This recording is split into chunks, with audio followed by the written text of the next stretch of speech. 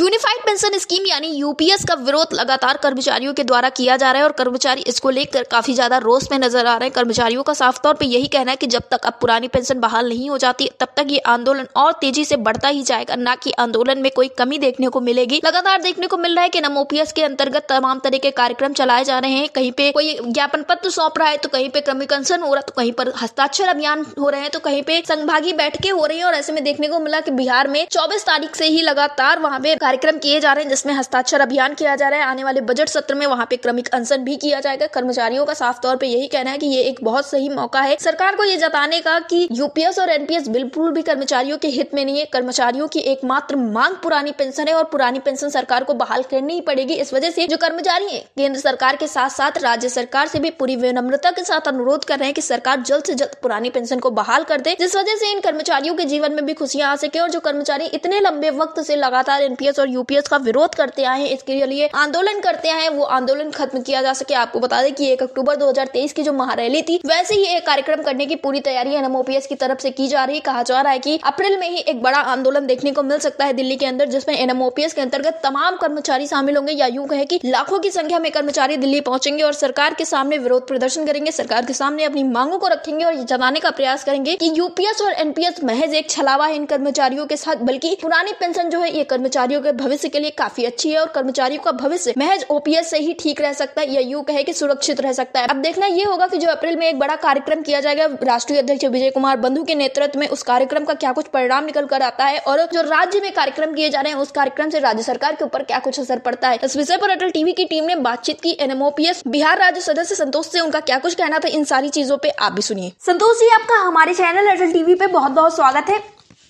जी नमस्कार, आपका भी स्वागत है। संतोष जी, जिस तरह से यूपीएस का नोटिफिकेशन जारी होने के बाद से कर्मचारियों में काफी ज्यादा रोष देखने को मिल रहा है और खबरें ये भी निकलकर सामने आई थी कि बिहार राज्य में काफी सारे कार्यक्रम भी किए जा रहे हैं, हस्ताक्षर अभियान चलाया जा रहा है, क्रमिक अनशन भी किया जाएगा, तो इन सारी चीजों की तैयारियां किस तरह से चल रही है? आप लोग ये कार्यक्रम किस तरह से चल रहे हैं? जी, यूपीएस से तो एनपीएस से हम लोग तो ऐसे ही नाखुश थे, ऊपर से जो यूपीएस हम लोग को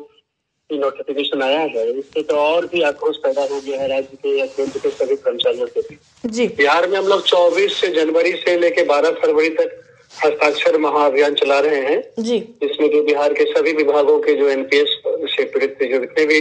कर्मचारी पदाधिकारी बंधु हैं सभी हस्ताक्षर अभियान में जोर शोर से भाग ले रहे हैं जी। उसके बाद फिर हम लोग का विधानसभा आगामी सत्र में जो है क्रमिक अनशन का प्लान है जी।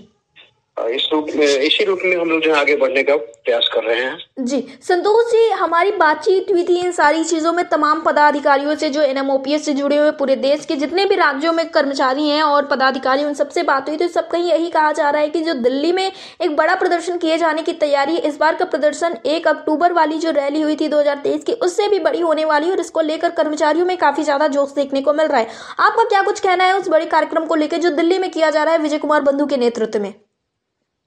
देखिए, एनओपीएस केंद्रीय नेतृत्व जब भी आह्वान की है हम लोग बढ़-चढ़ कर उसमें हिस्सा लिए हैं जी। 1 अक्टूबर की रैली जो निर्णायक रैली हमारी थी को देखते हुए तो यूपीएस का चलावा हम लोग को लाया गया जी, लेकिन इससे हम लोग संतुष्ट नहीं है और हमारी एक ही मांग है ओपीएस, पुरानी पेंशन जी। और जब तक हमें ये मिल नहीं जाएगी हम लोग इस तरह आंदोलन करते रहेंगे और राष्ट्रीय नेतृत्व का जब भी आह्वान होगा दिल्ली में पुरानी जो 1 अक्टूबर की रैली हुई थी उससे भी बड़ी रैली हम लोग व्यापक रैली करने का भरपूर प्रयास करेंगे और बढ़ चढ़ कर हमारे प्रदेश के सभी कर्मचारी बंधु सब वहाँ पहुंचेंगे जी। संतोष जी, आप बिहार राज्य की सरकार को क्या कुछ कहना चाहेंगे? क्योंकि देखने को मिला कि जो कई अन्य सारे 5 राज्य हैं वहाँ पे पुरानी पेंशन बहाल की गई है जिसमें राज्य सरकार का काफी बड़ा हाथ रहा है, तो आप अपने राज्य की सरकार को क्या कुछ कहना चाहेंगे?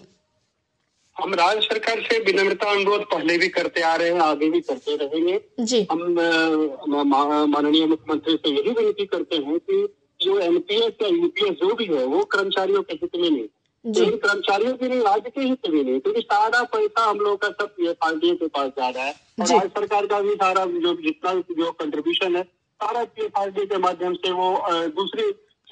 लोग उसका लाभ ले रहे हैं। राज्य के कर्मचारी या राज्य सरकार को इससे कोई फायदा नहीं हो रहा है जी, और इसलिए हम माननीय से अनुरोध करेंगे कि राज्य हित में भी आप पुरानी पेंशन लागू करने की चिंता करें जी। संतोष जी, अटल टीवी से जुड़ने के लिए धन्यवाद।